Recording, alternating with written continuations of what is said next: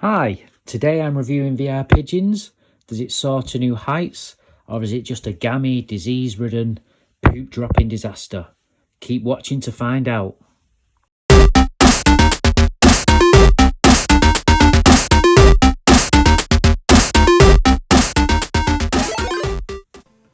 As soon as I loaded up the home screen, I knew I was in for a tough time.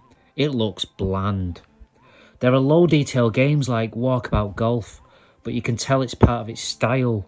That game's bright and colourful. This looks drab, washed out and lifeless. And just as terrible as the animations to the other pigeons. It's extremely stilted. And Giraffe Neck Lady who feeds bread to you? Man, that's a weird sentence. She barely moves at all. The aim of the game is to eat enough bread that old Giraffe Neck chucks at you before the timer runs out. You are competing with other pigeons that will peck you, which then makes the screen go white for a second so you lose time, and you can peck them back to stun them. She also throws various power-ups like added timers and shoes so you can stomp the ground to stun all the pigeons in your attack range. You either eat enough bread before the timer runs out and you move on to your next level, or you don't and you have to do it again. The levels themselves are simple and small rooftops.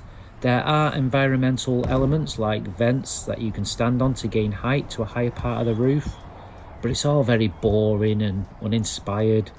The controls feel incredibly clumsy too. You can either play standing and turn to turn in the game and bob your head to peck and move forward. After a minute, when your neck starts aching, you'll opt for the seated.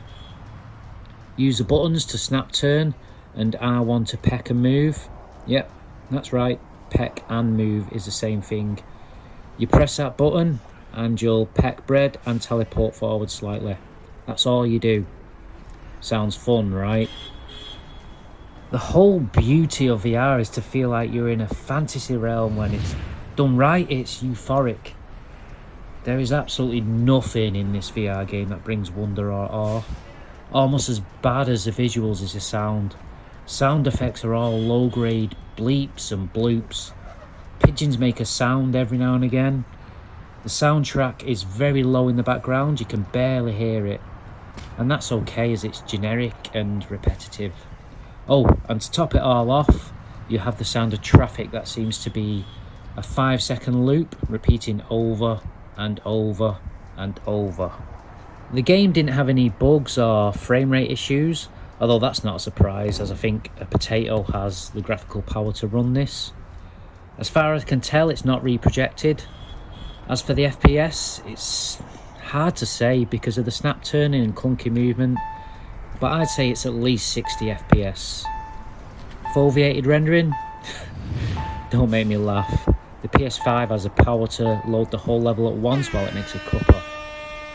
There are 4 levels in total, which will take you around 20 minutes to half an hour. And that's its only positive. It will be over before it can send you insane. Single player only and no storyline at all to speak of. It really is bare bones. I bought this game on sale last year for 50p. I heard it was bad, but surely it was worth that. Oh, how wrong I was. I feel like I should be compensated for experiencing this mess.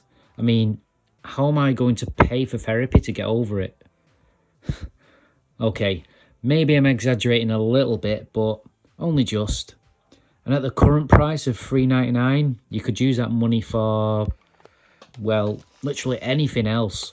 Like buying a tasty sandwich, then feeding it to the pigeons in your local park as an apology for the human race creating such an insult to their name. On PlayStation, it holds an average rating of 2.71 out of 5 stars from 110 ratings. How?